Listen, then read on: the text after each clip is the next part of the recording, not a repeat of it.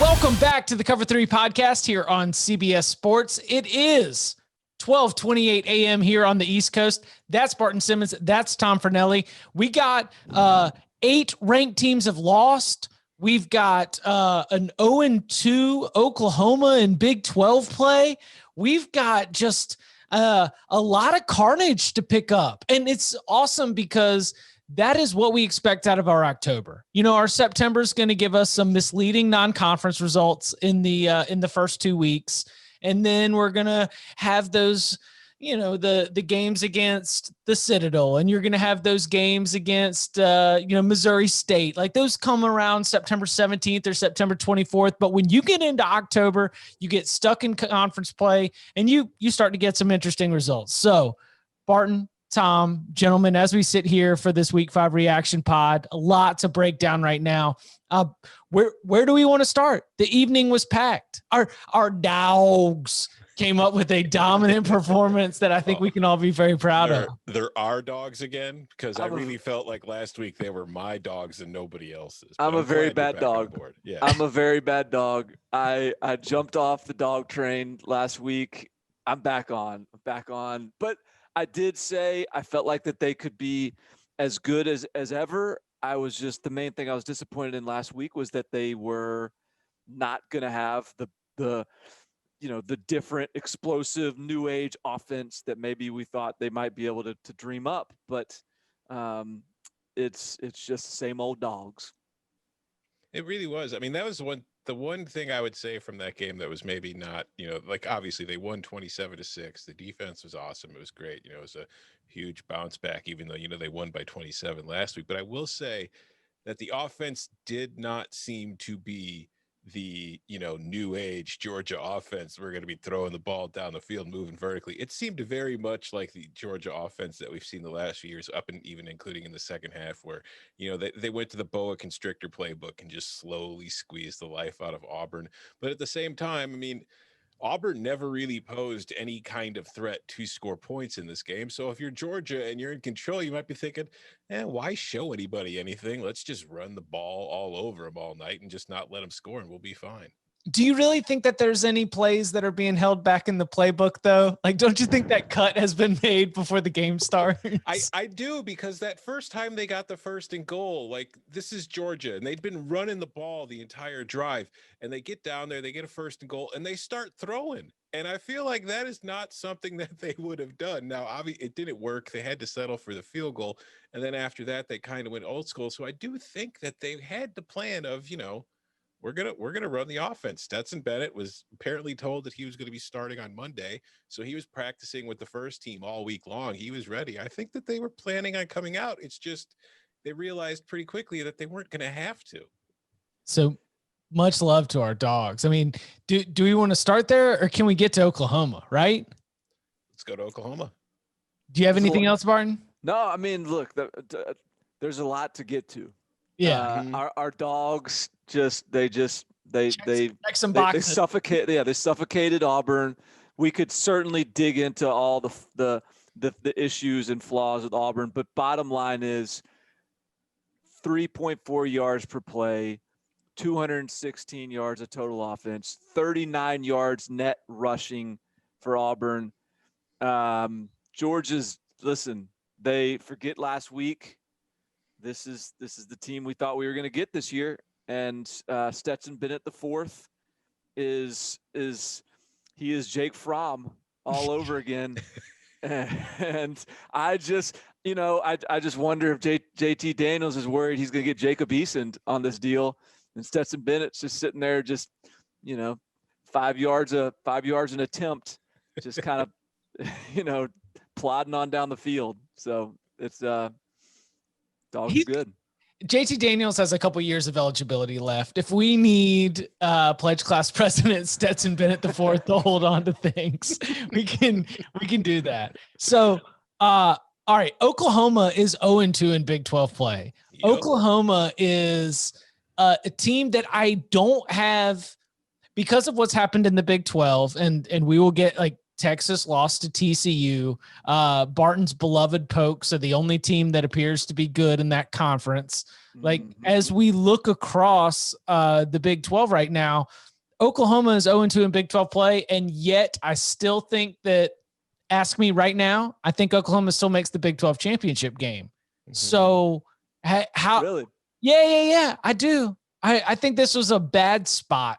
I think this was a bad matchup, a bad spot, a little bit of a letdown after the Kansas State loss. And I mean, didn't you discuss this, Barton, about sort of the mental fragility, the Oklahoma defense that might just be a little bit shook right now, that might be reverting back into its old ways? Because there were moments early in that game where it looked like that defense was kind of bringing the heat a little bit. And it was a little bit of a field goal fest, as you mentioned on the group text. But I kind of thought that winning a low scoring game would be something that would be good for Oklahoma, but to lose it the way they did with a couple of explosive plays, Hutchinson got loose, Breece Hall got loose.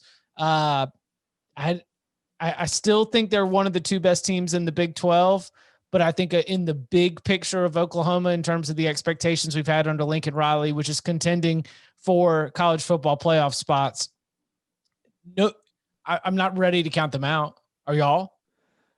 I mean, of course not. I'm not ready to count them out. And certainly they could be one of the top two teams in the Big 12. But I would not say with any level of confidence that, like, I think they might be in the Big 12 championship game. But I actually do believe Oklahoma State will be one of the teams in the Big 12 championship game. And I think it's and that is purely hypothesis at this point. Like, who the hell knows? Yeah. But I think that, and let's just grant me that and just assume maybe I'm right there. It's a total, like, toss them in a hat and see who pops out. I mean, I think TCU, as flawed as Texas is, TCU is I think is going to keep getting better. I think Iowa State is, toss out the Louisiana game. They're a good team. Like, that's not a bad loss. And then, you have all these other teams that can beat each other in Kansas. So I guess they already have two losses. And so I by nature of them already having two losses, I'm not going to just assume, oh, it's Oklahoma though. And Oklahoma's going to get it figured out. Like, this has always, in my opinion, been the year where we don't just make assumptions about this Oklahoma team, because they've got a first-year starting quarterback. They've got three of their top rushers from last year opting out. They've got, the new faces in the skill positions. They're like all the things that we've talked about before. And now the defense, and granted, they'll get Ronnie Perkins back soon, it sounds like. But now the defense is regressing, recoiling into this, like, Oklahoma shell, like this Oklahoma state of mind where it's like, okay, let's get into one of these shootouts, because we're not supposed to stop anybody. We don't have to tackle anyone. Let's just punch at the football a bunch of times and see if we can cause some fumbles. Yeah, you can't rule Oklahoma out of the Big 12 title game simply because I don't think it's going to be that hard to qualify for the Big 12 title game this year, because you could probably lose 3 or 4 games at this rate and still get there. But I do think that this team has some serious problems. And the defense obviously is one of them. Iowa State averaged 7.4 yards per play on them tonight. But it's also, like you mentioned, Barton, they're missing a lot of guys in that run game, and they can't run the ball. Like, they couldn't run the ball against Kansas State last week. They couldn't run the ball tonight against Iowa State. We think back to the LSU game in the playoff last year. They could not run the ball in that game. That, Spencer Rattler is not Jalen Hurts. He's not Kyler Murray, and he's not Baker Mayfield yet. But for a first-year starter in his third game, he's not playing that poorly. He's kind of playing better than a lot of first-year starters are in that same situation. The problem is they're not doing anything else on offense to help them out. If they can't run the ball, it's got to be all on Spencer Rattler. That's a horrible position to be putting a young quarterback in, but that's the position he finds himself in, where it seems like he feels like he's got to do everything. And it was all, symptomatic in that last interception of the game where he's chucking the ball in double coverage when they just need a first down. He's going for, like, the touchdown, thinking we got to score here, and it killed him. What do you think Lincoln Riley is telling this team right now? Because his post-game press conference was very much like, we are not at a championship level. He was doing the call your team out. I've been coaching these championship level teams, and we're making some mistakes that aren't quite up to par right now. And that might be Lincoln Riley trying to communicate to his team through the press. But what do you think the message is internally? What do you think the vibe is like internally as they're trying to look at what's ahead? Because Oklahoma, Texas is next week. Yeah. I don't think Lincoln's coaching at a championship level. I think I look back to that very first possession of the night. They kicked a field goal from the 1-yard line. There's only one time when kicking an 18-yard field goal should be the acceptable decision, and that's when you're down 1 or 2 points with 1 or 2 seconds left, and it's the final play of the game and you're trying to win. If you're freaking Oklahoma and you have the ball at the 1-yard line, you're one of the best offenses in the country, and you have been for the last few years. What the hell are you doing kicking the field goal on the road? Go for it, score the touchdown. If they score a touchdown there, Iowa State's sitting there thinking, oh, crap, they just marched right down the field on us and scored a touchdown right to start the game. Instead, Iowa State's thinking, hell yeah, we stopped them at the goal line and forced them to kick a field goal. They're scared. They need the points. You gave them confidence by doing that. And I mean, I think we can't say for sure that the game has a different outcome, but I think that sets a tone early. And the fact that was coaching scared, in my opinion, kind of set the tone for how the rest of the game went. I love that take. I love that take. I will also, my other thing with Oklahoma right now is, so just look at their box score. You got Spencer Rattler is their leading passer, right? Redshirt freshman. Seth McGowan is their leading rusher, true freshman. Austin Stogner, their leading receiver, true sophomore. I just think that this team, and maybe this can speak to the idea that they will get to the Big 12 championship game and that they will be by the end of the year a different team. But I just, like, when you think of the people that they lost from last year, the people that have been suspended, Jalen Redmond is opting out. Like, Ronnie Perkins is just now going to start playing again. Like, a lot of the guys that you think of as the leaders for Oklahoma in years prior aren't even on the field. And so I just think they're finding themselves, like a lot of these teams, and just like all these teams, the recurring theme is they couldn't find themselves in the spring. They got to find themselves right now. And some of these teams might be a little more grounded in the early goings. And I just don't think Oklahoma is one of them. Shouldn't Texas have known what it is? I mean, they got new offensive coordinator, new defensive coordinator, but that is an iconic Texas quarterback. And that is, Samuel Cosme and a couple offensive linemen that are not new. That is a defense that returned a lot of players from a group that we all said was banged up and was looking to redeem itself under Chris Ash. Like, that game against TCU played out in a vacuum to where, of course TCU is going to beat Texas, right? Like, if I tell you before the season, even if we're in a normal season, you're like, all right, so Texas is going to have a top 10 team, but when they play TCU, they're going to get lured into this penalty fest and everybody's going to start making mistakes. The mistakes are going to be almost infectious. And then Max Duggan is going to ball. He is going to overcome a 3-name heart syndrome that has to do with the electricity that comes from your heart.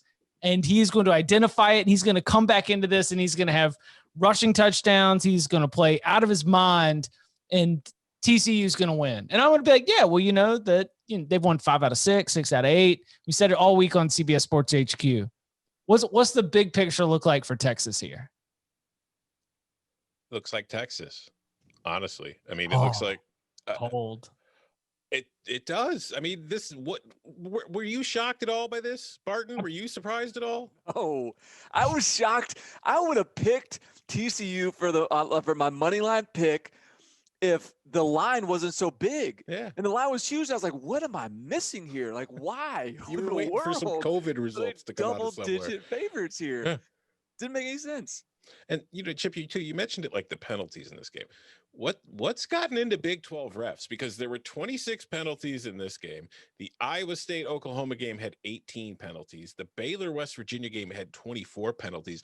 Are Big 12 refs getting paid by the flag? Because they are just chucking them like crazy this year. Or is it the Big 12? Because maybe you don't blame the refs for this nonsense. Yeah, I don't know, man. Those poor guys are just there trying to do a job. Like Baylor, West Virginia was pretty gross. Like Texas Tech, Kansas State was okay. The not all of the penalties that I saw in Texas TCU, like I can't say that I jumped off my couch and was like, was it the Leo Once Upon a Time in Hollywood meme where I'm just like calling it out? Like I wasn't quite on that level with all of them, but yeah, there were some dumb penalties all throughout that game. Yeah, that was just a cluster something of a football game. It was fun, but like it was fun in that watching a peewee hockey game at intermission of an NHL game kind of way, where everybody was just kind of falling down and you were laughing and thinking how cute everybody was. But no, the mascots are playing basketball at like the intermission at the conference tournament, and Notre Dame is crushing it because it's the only human mascot. Yeah. Like the craziest part of that game is like, if you look at Sam Ehlinger's stat line, like he only completed 17 of his 36 passes, but it didn't seem like he played all that poorly during the game. It's like I saw the stat line after. I was like, no, there's no way he didn't even complete half his passes, because he had the 4 touchdowns. He only had the 1 interception, but he only had 236 yards. I swear Texas receivers must have dropped 8 or 9 passes, because I can't get in my head how he had so many incompletions that I don't remember seeing. Well, because you're right, he didn't play that bad, I don't think either, but he threw to a lot of covered receivers. Like there was not a lot of separation, unless there was, and then they were running wide open, like with no one anywhere close to them. And so that was sort of TCU's plan. It seemed like, just, we're going to cover them, like blanket them, or we're just going to let them run. But I think TCU, like Sam Ehlinger is still an iconic Texas quarterback. Obviously. And Sam Ehlinger may have, like, he gets another year if he wants it. So we could have another year. 2022. What was it? No, 2021. He didn't sound like somebody after the game today who's interested in coming back for another year. Oh, with that Texas deserves better. The university deserves better. He was, obviously, who wouldn't be in a mood? But he was in a mood after the game today. He was like, he was very much in a Samuel L. Jackson, I'm tired of this, what kind of mood with the game. But we will have, whether Sam Ehlinger decides to come back again or not, we will have iconic Texas quarterback Sam Ehlinger for at least a couple more years, because the spirit, the essence of iconic Texas quarterback Sam Ehlinger has been breathed into Max Duggan. Max Duggan is now what Sam Ehlinger used to be. Like, he's the new one. like Max Duggan is the dude. Right? Like, that's like, and he's athletic. He is tough. He is from Iowa, and he played 4 sports. Like, well, how can an iconic Texas quarterback be from Iowa, though? That's a good question. But he's, like he's like he's what Texas quarterbacks think of themselves as. He just happens to be from Iowa. And so, sorry you didn't go to Westlake High School, but Max Duggan he's got it in him right now. So I think TCU is a team to watch, because I think TCU has got weapons for Max Duggan to throw to. I think they got an offense that really works. And, it's interesting, like, Chip, because you're right, because Texas doesn't really have any excuse for this. No. Texas, sure, they have a new offensive coordinator, a new defensive coordinator. But the reason that they have a new offensive coordinator and a new defensive coordinator is because they fired their last offensive coordinator and defensive coordinator. Like, those guys didn't leave Texas hanging. Like, Texas made a decision to move on. And both of those guys, like, were not like idiots. Like, they weren't terrible at their job. Texas decided to move on, and it's kind of slop right now. It's just sloppy. It's not disciplined. It doesn't look like winning football, and it's not like I would be very discouraged right now as a Texas fan because we're Texas and we're the 40 acres and all this stuff or whatever. Like, that's just hard to see. Do you remember how the end zone to our right was just like a construction zone? Yeah. When we were there last year for the LSU game. Yeah. I feel like I saw it and it was still just a construction zone. Like I was watching the end of that game again, because let's reiterate, TCU beat Texas in Austin in the building that they're pouring millions of dollars into to bring it up to be in this state-of-the-art thing. Like, what if you were somebody who cut one of those big checks, like with a capital B, big checks, and you're watching this total slop? Like, I picked Texas based on that personnel perspective. Like, Oklahoma's going to have a whole bunch of turnover. Texas has most of the key pieces back. Let's go. Like, this can be the year that you go get it. And it's not the case at all. Unbelievable. All right. Anything else? Oklahoma, Texas. I guess even like Oklahoma, Texas, tangentially, Big 12 stand out.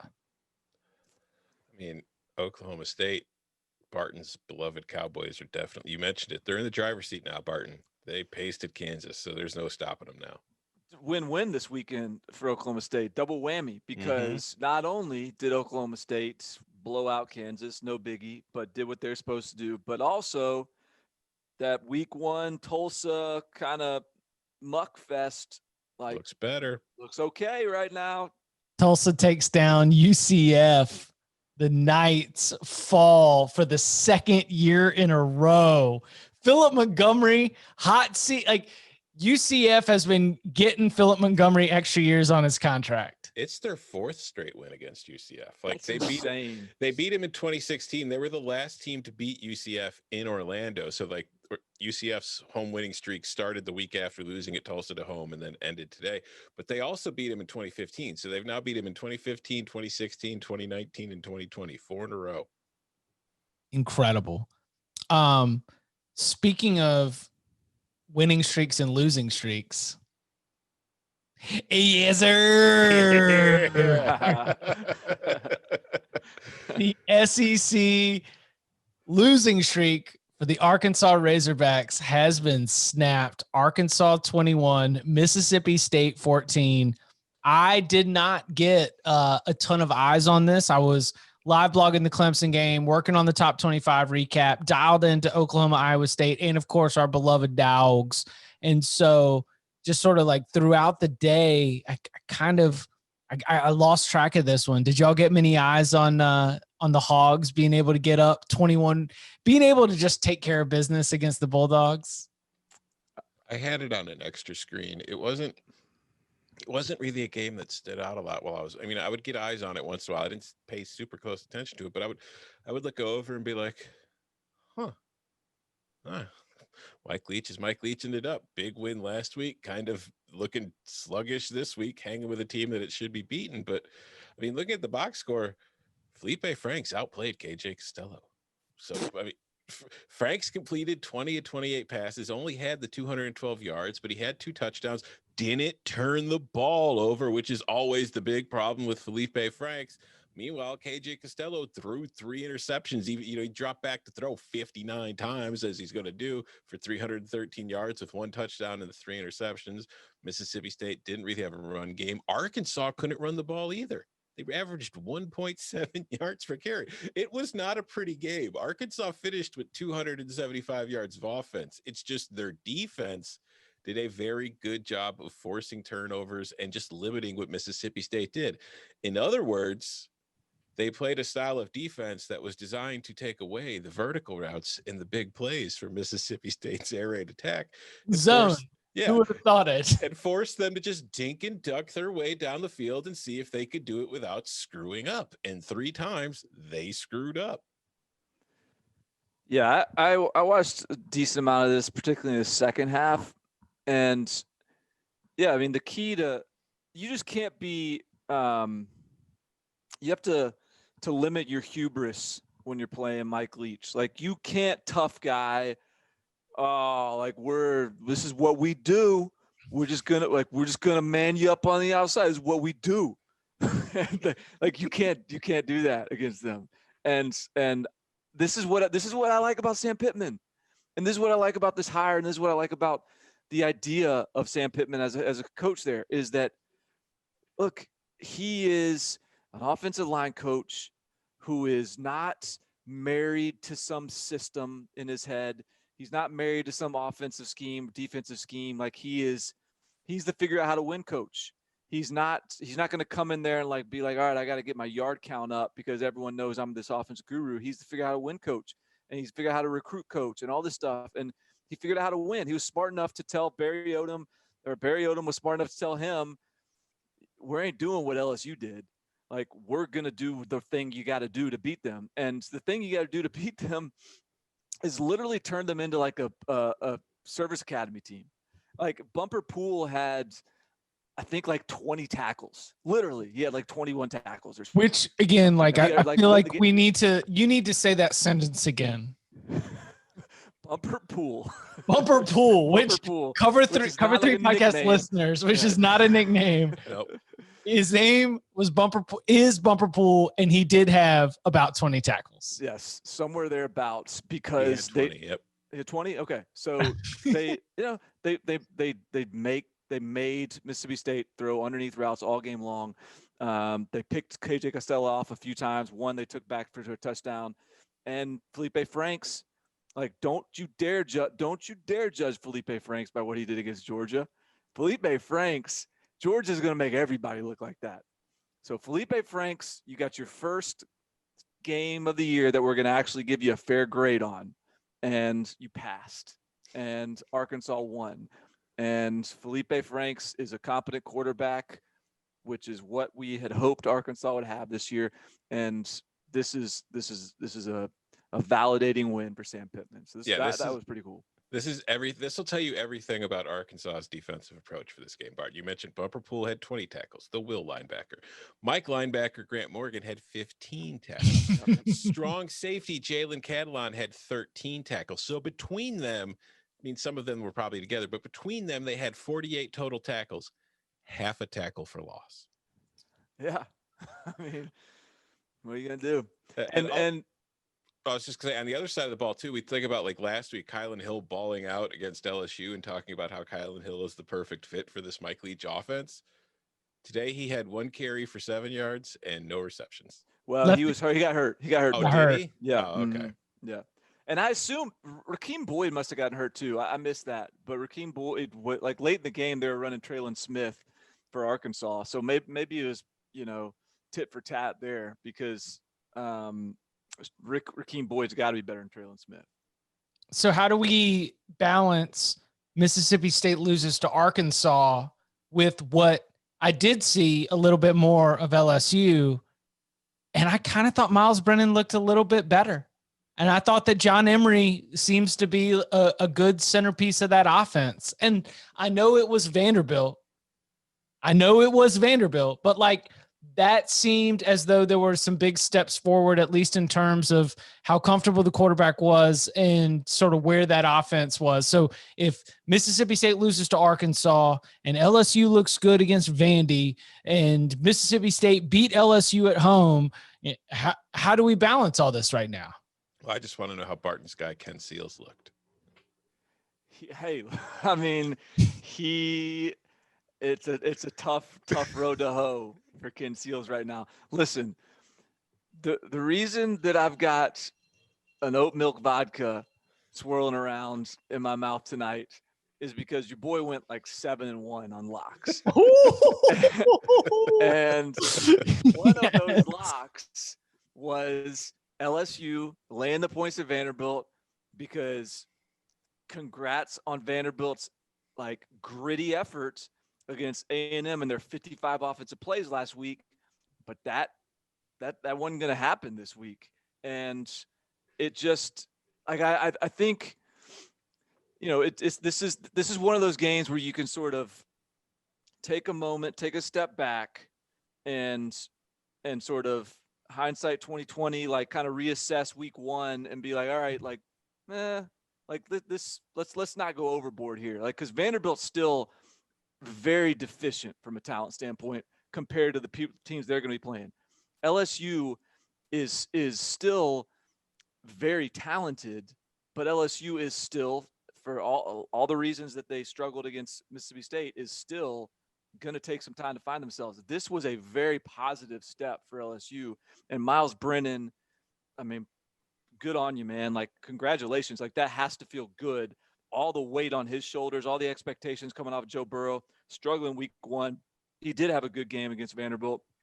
And yet that said, like, you better, because it's not like it's going to be hard from here on out. Yeah, I didn't see a ton of this game because it was pretty obvious early on that it was like, okay, this one's over. Vandy's not really going to be able to fight its way in. So I kind of stopped watching at halftime.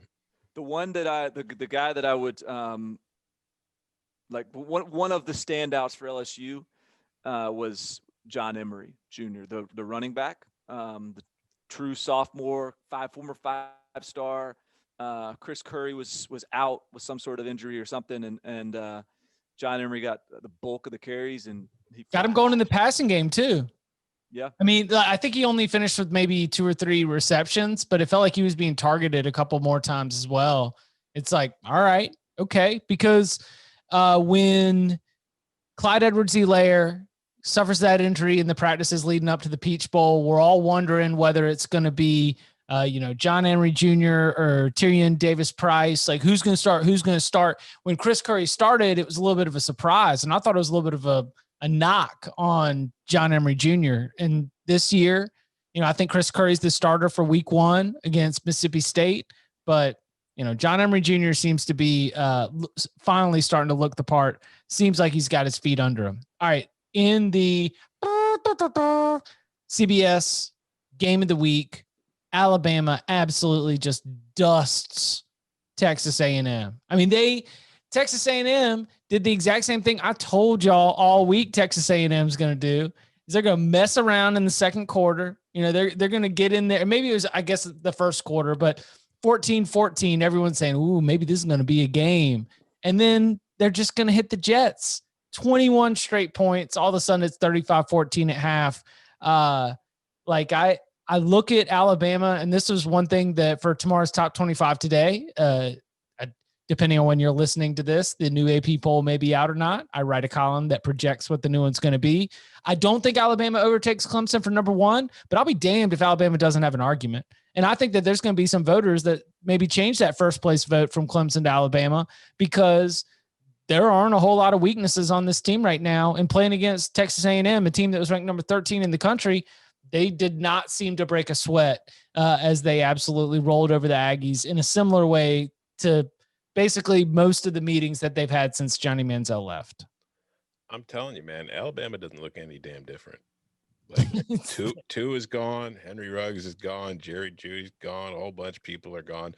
They don't look any damn different. They never do. Yeah. The assembly line. Mac Jones, 20-27, 435 yards, 4 touchdowns. Devonta Smith, 6 catches, 63 yards, and his touchdown, including right before halftime, just getting his toe down at the back of the end zone to pretty much stick the dagger right through Texas A&M's heart. Jalen Waddle, 5 catches, 142 yards and a touchdown. And you think those are Alabama's 2 receivers. No, wait, they've got a new one. His name's John Mechie. He caught 5 passes for 181 yards and 2 touchdowns, including a 78-yarder on like their third play of scrimmage. We come into the season thinking, man, it's Jimbo's 3rd year. We talked about the blue chip ratio. He's got the talent, and they got more 5 stars and 4 stars than they do 3 stars. This is the year that they're going to take a step forward. Kellen Mond, 3-year starter, coming back for his senior season, and they are still nowhere near Alabama's level. And I think that a lot of that has to do with the quarterback. I think Kellen Mond is a good quarterback, and he would start for roughly 80% of the teams in the country, and most teams would be happy to have him as a significant upgrade over what they have. But the truth of the matter is, he is not a quarterback that you can contend for a national title with. He is not a quarterback you can win a national title with. And until Jimbo gets one of those guys, Texas A&M can have, we can hype it up all we want every single offseason, but until he's got his Jameis Winston in College Station, it's not going to matter. Yes, like Alabama was awesome, and Alabama is. I mean, it's not news, because they're always awesome. Yeah. But my definite like sort of takeaway is this is what 75 million bought you. Like An this. ass whooping. Yeah. I mean, is this year 3? Is this year 3? Yeah.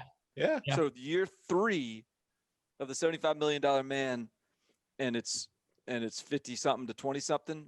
It's like, I don't know. Like I feel like you need to. I feel like in Nashville right now, like in the in real estate, like the tall, skinny pop-up houses are like $1 million in Nashville. Like this real estate's off the charts. And I feel like A&M just got caught up. They went and bought like a tall and skinny like house, Jimbo Fisher, like vinyl siding, open floor plan. right, right. Like, oh, that's what you pay for this these days. That's what you pay. You got to pay for this. That's what you got to pay. Like, but they're getting like a tall and skinny. Like they're not getting. And tall and skinny is probably the wrong. That's probably the wrong metaphor, because Jimbo's not like a new age like cookie cutter. Like he's an old school guy that like I'm not sure he's still got it. And by got it, like yeah, he's going to be competitive. A&M's still going to be good, but they paid $75 million to be Bama, and there was no indication whatsoever that they're anywhere close to beating Bama. Right? Like what? Another 75 million at it. What's that'll fix it. When's the next time you guys like? When can they like? I don't know. Like they're not going to be better next year, right? No.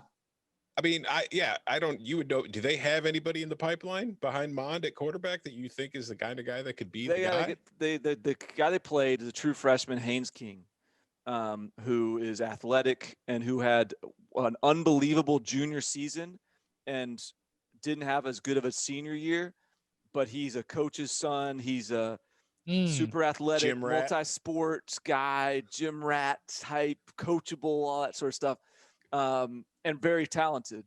So maybe he's the guy. But it's interesting. Like if you look at like Jimbo Fisher was the quarterback whisperer, right? Like he was, he had that. He was Easy Emmanuel, Christian Ponder, Jameis Winston, just like first rounder. And then, and so then like, he has that label, but since Jameis Winston, if you look at the guys he's signed, there ain't one of them that really has none of them got drafted and none of them really turned out. And Kellen Mond has not really improved. And now granted, this wasn't like Kellen Mond. This game wasn't on Kellen Mond. If anything, this game is on the players around him offensively, and there really weren't enough playmakers on the outside to help him. And there were some plays that like, Aeneas Smith, who had some plays, like he had a big drop on a third or fourth down at one point. And like, that's what killed the game. And you have to beat Bama, you have to get open, or not even, no, I'll take it back. You have to win contested balls, and you have to make elite plays on the perimeter, and no one was really doing that for him, with the exception of a couple plays early in the game.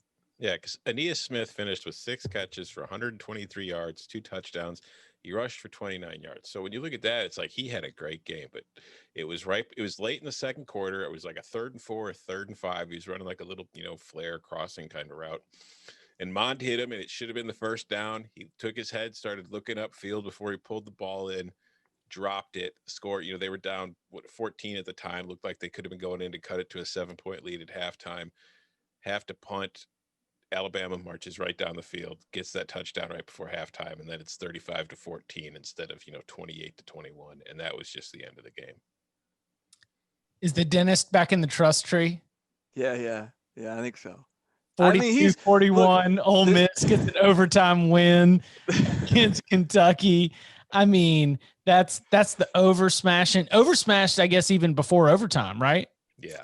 That was a while before overtime. Yeah, I think, and the dentist, like the dentist contends that he was on the that he felt like that was the right pick last week too. On a right side, a classic right side. I don't know about that, but hey, how about the Ole Miss though? I mean, they're they're going to be fun.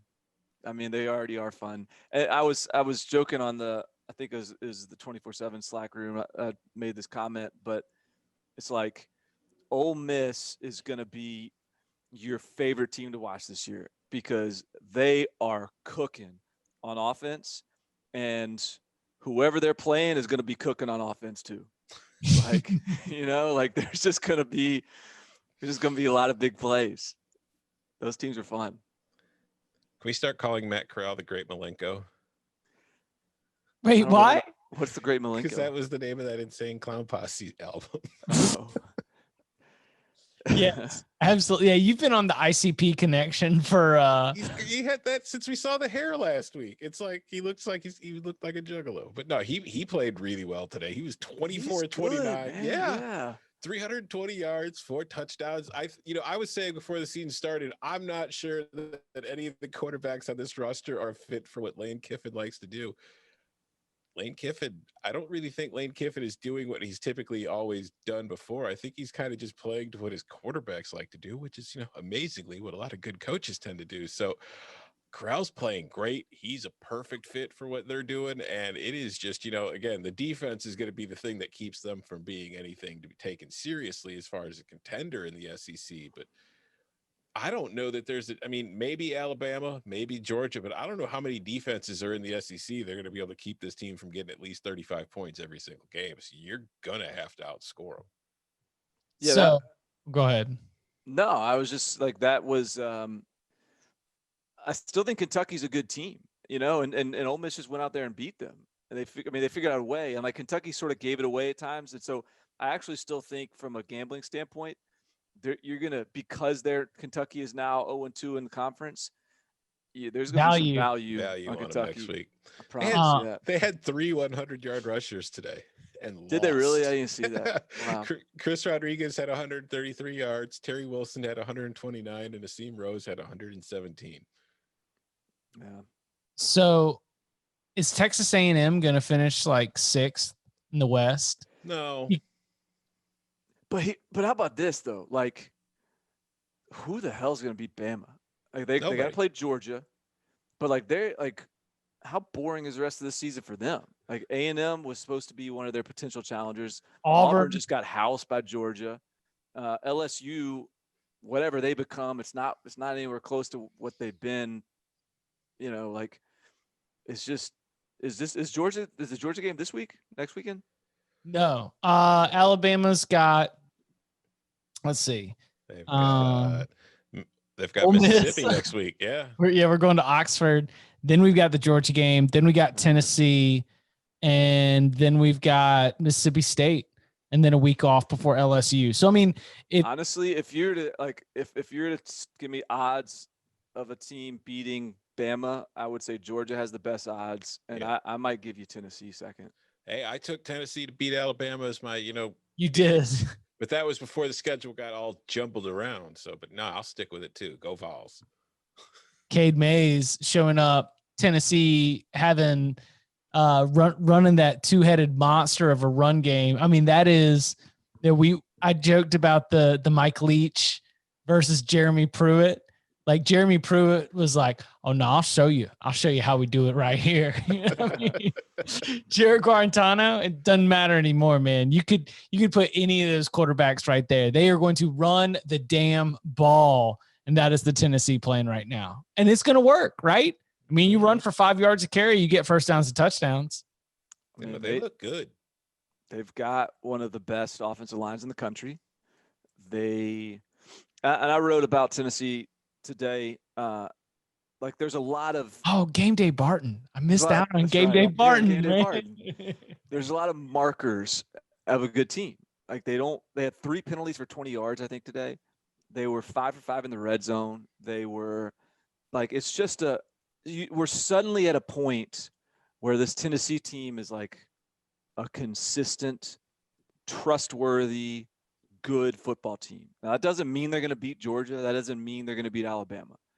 But the fact that they beat South Carolina and that they rolled Missouri, to me, after winning 6 straight to end the season last year, to me tells me that all right, like this is an important tier that Tennessee has landed on, the tier of consistently good.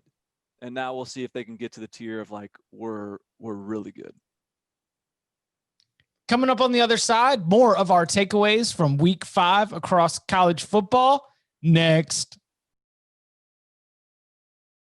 All right. BYU thumping on Friday night.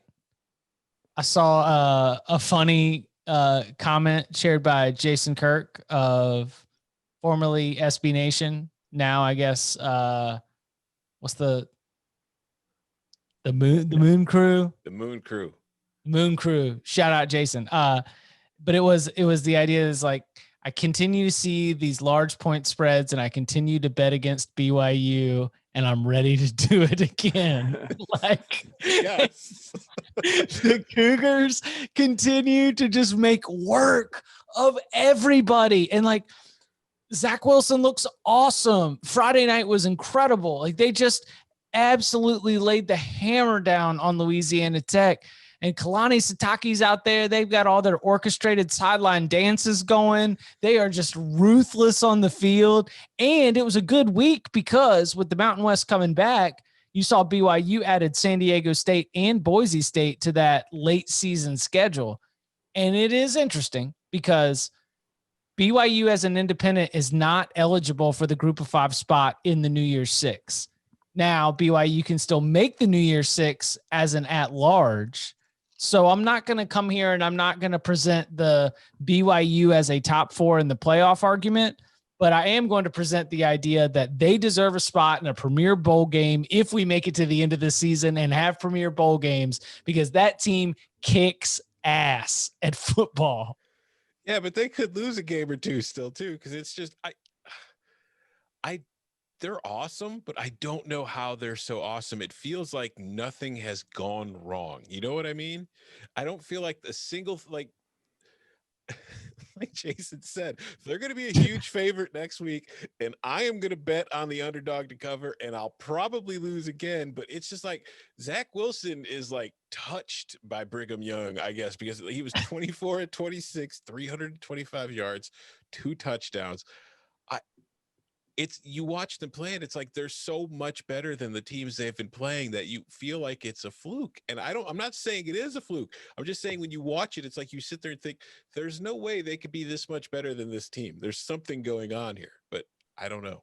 They've cruised. They have provided like very, very zero, just easy. What's it? Mu is the physics like thing for friction. Like there's been no friction in the third and fourth quarter across the last 2 games. Or the last 3 games. I mean, it's been bananas. What article did you read? What the hell are you talking about the Mu? What have you been reading? Force of friction? I don't know. I haven't taken physics since senior year of high school. I don't know. So they played Troy. Who'd they beat last week? Troy. It's Troy. It was Navy, Troy, Louisiana Tech. Oh, I'm sorry. Louisiana Tech was this week. So Louisiana Tech, Troy, Navy. So, and Navy just got housed by Air Force. Mm-hmm. Shout out Moneyline Sprinkle. Shout out. shout out to my Air Force source. We'll get into that. I don't know. So before we get into that, so they've played nothing. Like they've played nothing, and they have crushed it. In a normal year with 130 teams playing right now and all the Big Ten to look at and the Pac-12 to look at and BYU out here cruising but playing nobody, they might be like, what do you think? Would they sneak into your top 25 at this point? Yeah. They would? Because we're already there. Where would no? I'm talking about in a normal year. Like if you had all the Big Ten in there too, if you had the Big Pac-12 in there too, would you have them in your top 25? Yeah. You think right now, like 23rd or something? Yeah. I didn't think Louisiana Tech was a nobody. Like Louisiana Tech won 10 games last year. Louisiana Tech was 2-0. That's fair, but it's still a group of 5 team. No, I know, but I'm saying it's like that Navy game. I felt like we could write off simply because Navy hadn't practiced, they hadn't tackled, and once we found that out, it was like, right, okay, whatever. And then they beat Troy, and you're like, okay, whatever. But I went into Friday night thinking, all right, there's no reason in hell Louisiana Tech should be a 24.5-point underdog against this BYU team. And they looked every bit the 24.5-point underdog against BYU. So they would be, in a normal year, they probably would sneak in like 23rd or something in your rankings this week, right? Yeah. So here's my point, is they're sitting there like 9 in my rankings right now, right? And because we had no one else to watch, but BYU kicked the snot out of Navy.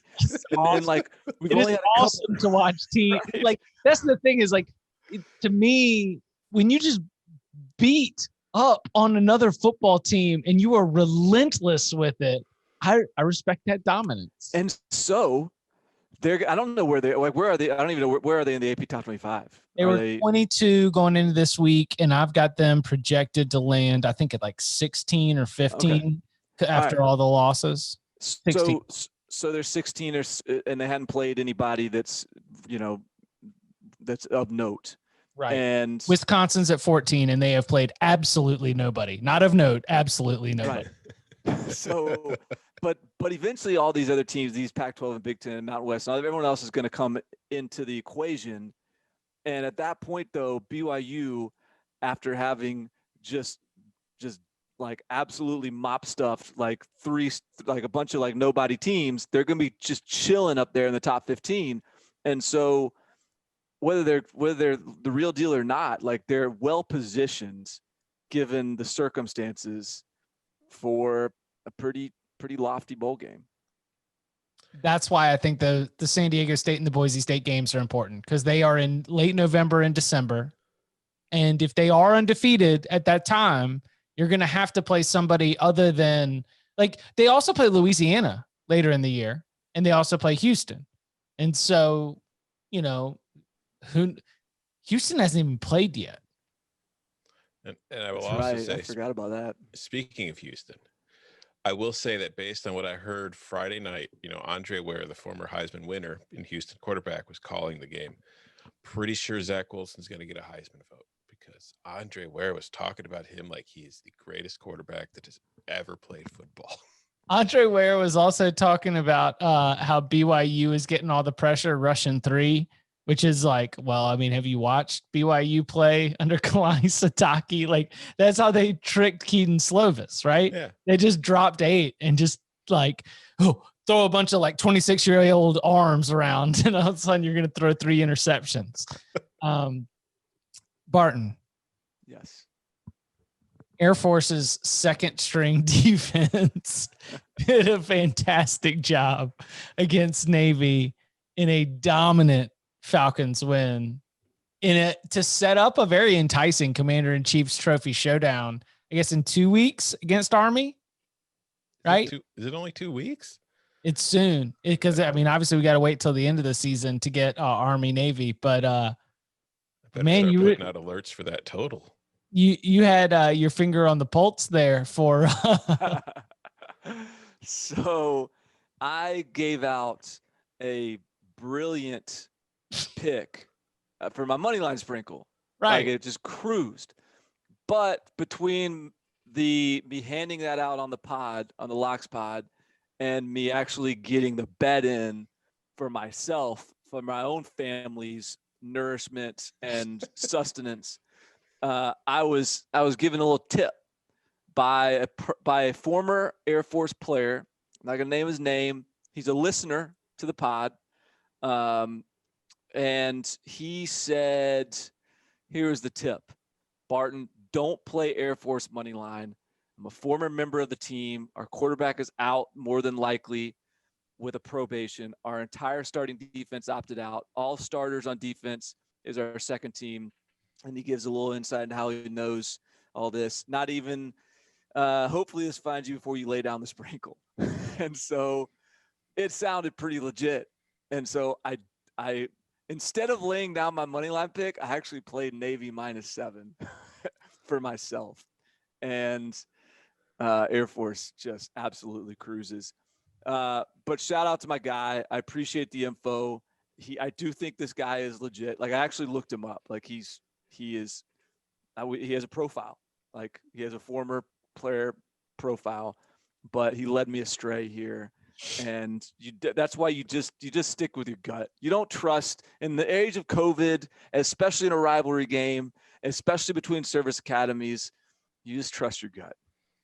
I will say to defend your anonymous source, so I'm just going to assume is Chuck Yeager. Navy was without its starting quarterback in this game. So he had good info. Yeah. He had good info. So Navy lost its starter at quarterback, and I feel like that kind of really threw a wrench in their gears on offense because they weren't able to do anything. But yeah, it was all I know is that, Chip, it was a very, very sweaty fourth quarter for the both of us. Yeah, you guys had 47.5. Yeah. Well, we got 47.5 in our book, but in the locks pod, it was at 46.5. So we lost the lock unity, or the lock agreement, but we won our actual bets. Got to get the good number. I mean, Tom said on the Cover 3 podcast on Monday, the numbers are out. Go and get it right now. You listen to every episode of the Cover 3 podcast. That's how you get those kinds of alerts. I mean, we don't have Cover 3 podcast push notifications for specifically when Service Academy unders have been released, but we are working on it. We'll at least give you push notifications for when a new episode comes out. So subscribe so that you might perchance get an episode that includes that kind of information. I mean, it's just another reason to subscribe to the Cover 3 podcast. Mm-hmm. All right. Did either of y'all watch Stone Cold Devin Leary drive the field? Yo, that was a pick right there. That was a strong call by you. I mean, I'm not even gloating on. I don't even want to gloat on the pick because it felt like the plus 14 was in the bag. I thought that with no timeouts left, after Pitt had run the clock way down, classic after having to settle for a field goal 3 or 4 times in red zone opportunities, finally on 4th and goal, Kenny Pickett just like inches the ball over the goal line with his arms, and they finally get the go-ahead touchdown for Devin Leary, the sophomore, to go 78 yards in 1 minute and 21 seconds with no timeouts, just picking apart this Pitt defense that we've all hailed, myself included, as one of the best in the country. I was very impressed with the way that Leary played because that NC State offense was awful for most of the third quarter. But B, I'm also selling some of my Pitt stock when it comes to them being an ACC dark horse. I hope Danny was watching because, I mean, Pitt lost, but the Kenny Pickett hater, Danny Cannell, Pickett threw for 411 yards. He rushed for 40 yards. He had a huge game. Devin Leary outplayed him at the end. I'm trying to figure out, is NC State the chaos team, or is this just a result of playing Pitt? No, this is just Pitt just doing some Pitt-ass stuff. Oh, all right. So NC State was down 3 defensive backs going into the game. Mm-hmm. They lost 1 to a targeting call and another to a penalty. And so they were down 5 defensive backs. And at that point, it was just time to cook with Jordan Addison. And who's the transfer from the Big Ten? Tucker? DJ Turner. Tucker? Yeah, DJ Turner from Maryland. Yeah. DJ Turner from Maryland and Jordan Addison just cooked. Addison got hurt, though. Addison got hurt and didn't finish. That was the game plan. I mean, Pitt didn't even try to establish a running game outside of Kenny Pickett running. But like, what the hell is NC State? I mean, that's what I'm trying to say. I don't know. Like, they go from winning their first game against Wake and a really entertaining, and then they go to getting blown out by a Virginia Tech team, missing everybody, and now they're going on the road to beat Pitt. Well, not only that, but they won that first game by just running it down Wake's throat. Mm-hmm. And you're like, okay, like this team has got a legit offensive line. They've got a bunch of running backs that can go. Hey, strap it up when you play in NC State. And then they go and Virginia Tech just totally sticks it down their throat and like rips their tongue out. And then this game, Devin Leary starts, which is seems to make sense from the jump. I think that Bailey Hockman is a little bit limited, but they throw it 44 times and 336 yards on a good defensive backfield. And there was a pick 6 in there. Wasn't there a pick 6? Is that how they scored early? I can't. Let me see if I can pull that up. Maybe not. I guess not. Anyways, Pitt had about 1,000 penalties, and a lot of them were on defense. They were roughing the passer. They were defensive pass interference. They were drive extending penalties. It was bananas. It's very classic. This is just like, okay, this is the Pitt game. Pitt. But so good for NC State though. I wonder if this is who they are or whether they just caught Pitt on a Pitt night. Here's something you don't see very often. Both teams had exactly 30-minute time of possession. I call it the law of the wolf. When you expect the most, you get the least. And when you expect the least, you get the most. Shout out to Joe Giglio. So I think we just go zigzag with the Wolfpack then. Next week we fade them against Virginia, and then we're back on them for Duke, and then we're fading them for North Carolina, and then we're taking them for Miami. I liked what I saw from Virginia against Clemson. They were much more competitive against the Tigers tonight than they were in the ACC championship game last December. And Brennan Armstrong is not as good as Bryce Perkins, but they were pretty solid. I liked it. I barely watched any of that. Yeah. Yeah, that was one of those games where you came out of it not feeling all that much better about Clemson because we talked to, like, I've said the name Joseph Nagata so many times because he's such a physical, he's so impressive physically. And when you see him make some of these flash grabs, you're like, wow, that's impressive.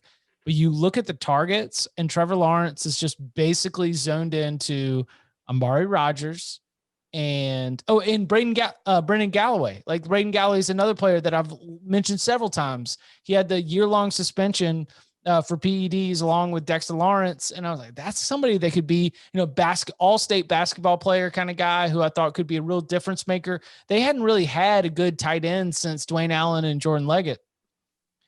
But the targets is just Amari Rodgers, Frank Ladson, and then Travis Etienne. That's it. We picked apart the Clemson passing game last year, just thinking it was just Justin Ross and T. Higgins, and it didn't really feel like there was another option. Kind of feels like if you break it down based on the targets, it is not this plethora of options like you would expect based on the talent that's at least there on the depth chart. But are they just screwing around? Because that's just kind of the thing I wonder with Clemson, especially at this point of the season, because we've seen it, we've talked about how what Dabo's done with that program and what they're so good about doing is making sure that they're ready for the college football playoff and just kind of, sometimes just doing what they got to do to get through what's typically an easy ACC schedule. So is it that they don't have the options, or are they just kind of whatever? I think it might be not trusting all the options, keep it tight. Just keep it to what works. Just give it to Etienne and let him go do crazy things. Cause that's the few times I turned on the game or I saw the game and Etienne's making some huge play. I'm sitting there thinking, man, why the hell is he still at Clemson? Why isn't he in the NFL? I'm happy he's still at Clemson, but it's he's way too good for this level. Why did he come back for another year? Because he hasn't had many touches, because he's the king of the 12 carry, 125 yard, 2 touchdown stat line. I don't know. I mean, so I didn't watch a lot of the Clemson game. But the ACC, given the Pitt results and given the other teams outside of maybe Miami and Notre Dame, it's a little bit of a mess. And I'd say the game that was most concerning to me in terms of how I view the conference and shakes up my perception of the teams and what I thought they were. Yeah. I mean, give me your what do you call it? The golden triangle. Give me your golden triangle breakdown of the Tar Heels. That was not a great performance from Sam Howell in the second half. That was not a great performance from the offense in general in the second half. And that is concerning because my theory was the idea that this offensive staff and Sam Howell, we were all simpatico, right? We were all seeing the field. We were all seeing the ball. Everything was coming together. We understood what was going on with Boston College, and that things kind of slowed there in the second half. North Carolina is not built right now to be a dominant team defensively, especially against bigger, physical, more experienced offenses. And what does Boston College have? A ton of veteran returning starters on the offensive line, a ton of like big, physical, mature players. They've got, Barton, they've got some like freshmen that might be pretty good in 2021, 2022 on the defensive line. Obviously players that are going to be coming in there, but like I looked at that game as definitely indicative of starting hot because you were excited to get back into action and then just not really having the staying power. You needed that getroman.com, no ad or whatever. Like they could not maintain that same kind of juice and that same kind of energy in Chestnut Hill. Can I make a confession? Yeah. You remember on Thursday when we were recording the Locks pod and I was talking about how I had like a really full card? I left one game off that was on the card. Was it Boston College? Yeah, because the three of you all went into Lock Unity, and I did not want to be sitting there starting a Lock fight with three of you and kind of killing the vibe of hearing Queen Latifah. So, yeah, I'm sorry, guys. I should have warned you. Well, that was my only loss on my Locks. I could have said you could have been undefeated had I just tried to save you. Yeah. I don't know. I think I would have engaged in a fight there. Like I think North Carolina is. I don't know. I thought they were better than that. Or no, that sounds bad. I didn't think BC was good enough to hang with them. And I thought BC was a little bit inflated, and I'm not even sure what to make of this game. Like, do I think is BC suddenly like legit because they hung with UNC? Is UNC not what I thought they were? Like this is probably the game like that I am having the hardest time figuring out what to take away from it, because Phil Dracovic is over 313 yards. But they had 5.6 yards per attempt. Yeah, because exactly. they couldn't run the ball against a defensive front that's not exactly 2.1 yards per rush. Yeah. It's not exactly like a stout defense, but they were just sort of sitting back and he was just dinking and dunking. And to me, it really comes back to that North Carolina offense and the fact that in the second half, Boston College made some adjustments and North Carolina was not able to come up with big plays. And when you've got when you've got the Brown brothers, like you got De'Ami Brown, you've got Bo Corrales, you got Daz Newsome, you got Michael Carter, you got Javonte Williams, like Sam Howell, who we, prop up as a potential NFL quarterback sitting here in this big step forward sophomore year. There are so many weapons out there. And I'm not coming away from it looking at Boston College as a lockdown defense as much as I am thinking that North Carolina's offense started hot. I mean, scored touchdowns on their first two possessions. Like they got the ball, scored. Things were cooking. Things were looking good. Second half, after halftime, whatever adjustments were made on the defensive side. I mean, I guess coaching advantage, Jeff Hafley, right? I think he's shown well. I was going to say that's my impression of Boston College through 3 games. It's that I don't think they've got a shutdown defense, but what I've taken away just based on what I saw last year in his 1 year running the Ohio State defense, and I've seen from through 3 games at Boston College, I think Jeff Hafley is just really good at coming up with a defensive game plan to at least hinder the offense that he's going against. If I don't think he's got the kind of talent at Boston College to stop it like he did last year at Ohio State when he was playing somebody. But just seeing what I've seen from them in 3 games, I think that he's he's a very smart coach as far as putting together a defensive game plan. And I think that, like you said, Chip, North Carolina started off hot, and I think Hafley saw the kind of things that they were going and what was working, what wasn't, made the adjustments, and it just kind of put the clamps on that North Carolina offense in the second half. So I think that's Boston College's identity to me. And I think that I don't think they're going to be competing for anything in the ACC, but I do think that based on what I've seen for the 3 games, they're going to be the kind of team that's kind of a pain in the butt for a lot of offenses to deal with. And a lot of teams are going to have like one of their uglier offensive performances of the year against them. Anything else from the notepad? Where do y'all want to go? My Pirates. It's like a slow start. They finished strong again, just like last week against UCF, but they got blown out of the water in the very first half. And it's the same story against Georgia State today. Just we gotta learn how to play 60-minute game, boys. We haven't talked South Carolina, Florida.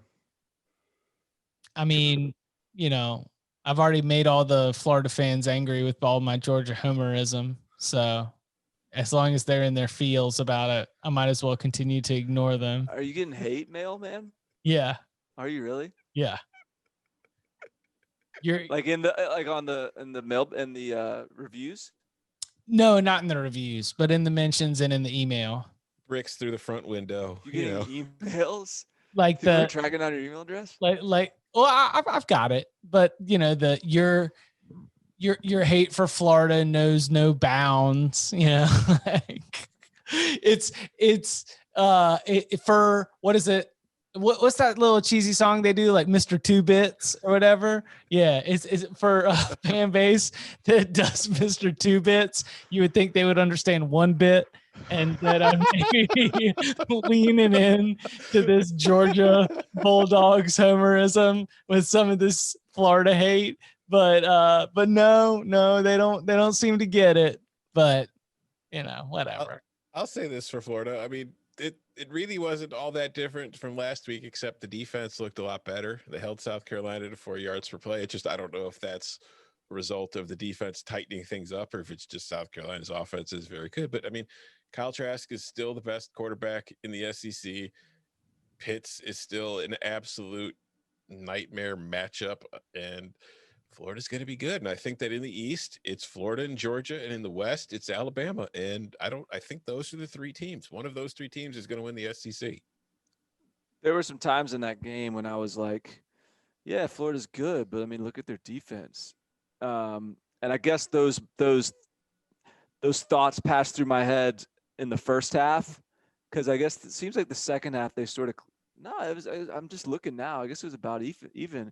But at the end of the game, you look up and, like you said, Tom, 329 yards of offense for South Carolina. Colin Hill throws it behind Shi Smith right there at the end of the game when they're like, maybe what was it going to cut it to 10 points or something like that? Mm-hmm. Yeah. He had the 4th and goal play where he was rolling out and he had Shi Smith open in the end zone and missed him. South Carolina missed out on some plays that could have made this even tighter. I mean, Florida's going to play Texas A&M, and they're probably going to beat Texas A&M, and we're going to make a big deal about that. And cool. What if they don't, though? No, I'm just waiting for our dogs to lay the law down. I mean, like, are we convinced?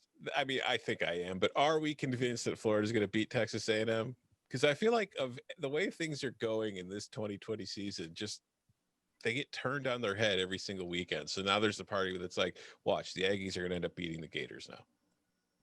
Yeah, I mean, anything could happen. I cannot say that I've seen anything from Texas A&M or Texas A&M gives me those vibes. I'll take LSU before I take Texas A&M. I don't think anybody's beaten Florida but Georgia. I'll tell you the other game that was really fun, unless you guys have more you wanted to chat about. No, let's go for it. Texas Tech, Kansas State. Did you guys get eyes on that any? No. Oh, yeah. I was sweating the under for that one, yeah. Two backup quarterbacks going head-to-head with the starters getting bumped out to injury. Did you think the shot on Bowman was cheap? I actually didn't see it. Okay. Was it getting called out for being cheap? Some have. I don't know. Like, I'm trying to think. Like, in slow motion, it definitely looks cheap. and they showed a lot of slow motion replays, but like at full speed, I'm not sure that I could like really say that, oh yeah, he knew what he was doing there, but it was a low blow on Bowman. It's just, I think it was bad timing more than anything. Yeah, well, it's that I'll turn on a Texas Tech or a Kansas State game. I don't care who they're playing. I'll turn those teams on. I like watching them. Deuce Vaughn still balling out. Deuce is loose. Are you more? It sounds like what we've done so far in this season is we have eliminated more Big 12 and SEC teams from college football playoff contention while also keeping them on our must-watch list. Absolutely. Yeah. We have picked apart so many teams with all of their flaws that we don't believe in to be able to make it to the top of the mountain. And at the same time, it's like, but I want to be there with you when you fall, baby. I want to be there. So is that like going to be the Big 12's argument for a playoff spot at the end of the year? Hey, come on, we play entertaining games.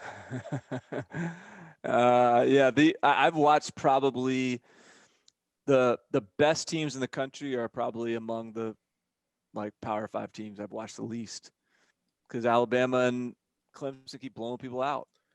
Yeah, I've had to live blog the last 2 Alabama games, and let me tell you, they're boring. They're good. They're really good. And I mean, I appreciate them because I'm able to write like my gamers halfway through the third quarter, but it's just like I'm sitting there like this a lot of the time. Yeah, hey, Chip, do you want to add any more takeaways to Clemson UVA? Nope. Cool.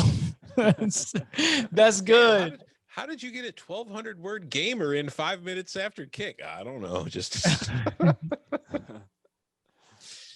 the way it goes. Yeah. All right. We will be back on Monday with a fresh episode. Danny Cannell joins the crew as we continue to tie up all the loose ends from the weekend and start to turn the page, look ahead into week 6. You can follow him on Twitter at Barton Simmons. You can follow him at Tom Fernell. You can follow me at Chip_Patterson. Gentlemen, thank you very much. Thank you.